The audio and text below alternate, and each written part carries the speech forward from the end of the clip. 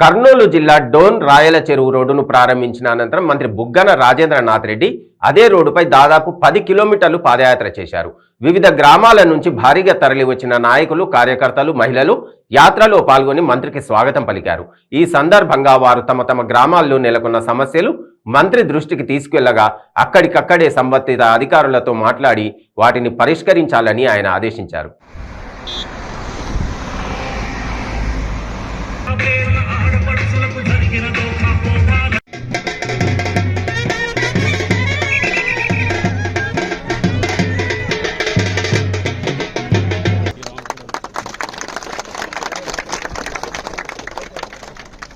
బుగ్గన నాయకత్వం, బుగ్గన నాయకత్వం, జై బుగ్గన.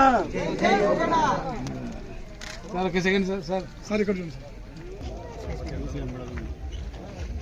ఇది ఇటు మాట్లాడతాలేమ్మా నేను.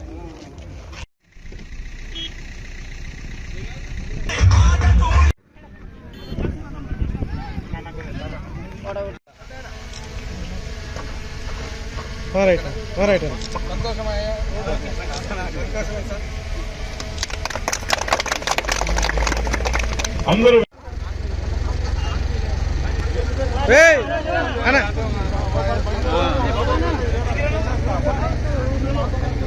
సుజాత, వైఎస్ సుజాత భర్త శేఖర్ మామూని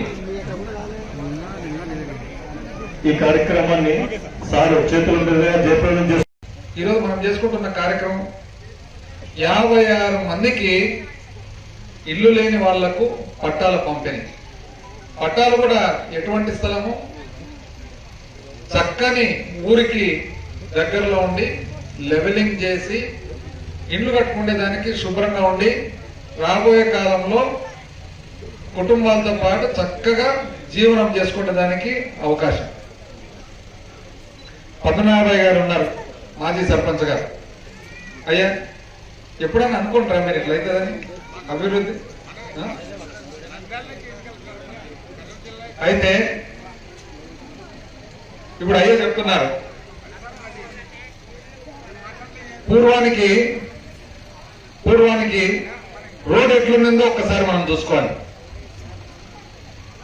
ఆడ బయలుదేరితే ఊరు దాటేటప్పటికి ఊరు దాటేటప్పటికి దాదాపు 10-15 నిమిషాలు గుర్తుందా?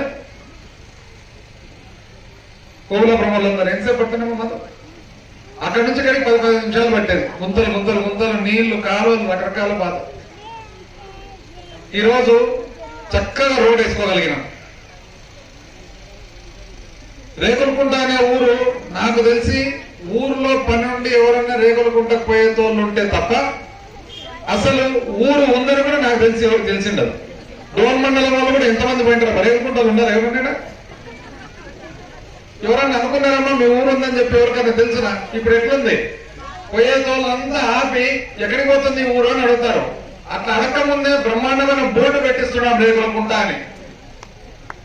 అంటే అర్థమేమి? మీ ఇంటికి ఎవరన్నా కానీ ఆడపిల్లలు రావాలన్నా, మీకు కోడళ్ళు రావాలన్నా సంతోషంగా వస్తారు. ఇంకా అంతే కదమ్మా. ఈరోజు ప్రభుత్వము ఎన్ని కార్యక్రమాలు చేసుకుంటున్నాం. తక్కువగా అనుకోకూడదని చెప్పి మంచి బట్టలు, స్కూల్ బ్యాగ్, పుస్తకాల నుంచి ఇస్తున్నారా లేదా? ఎందుకు ఇస్తున్నారు? మన పిల్లలు ఏ విధంగా తక్కువ ఉండకూడదని చెప్పి.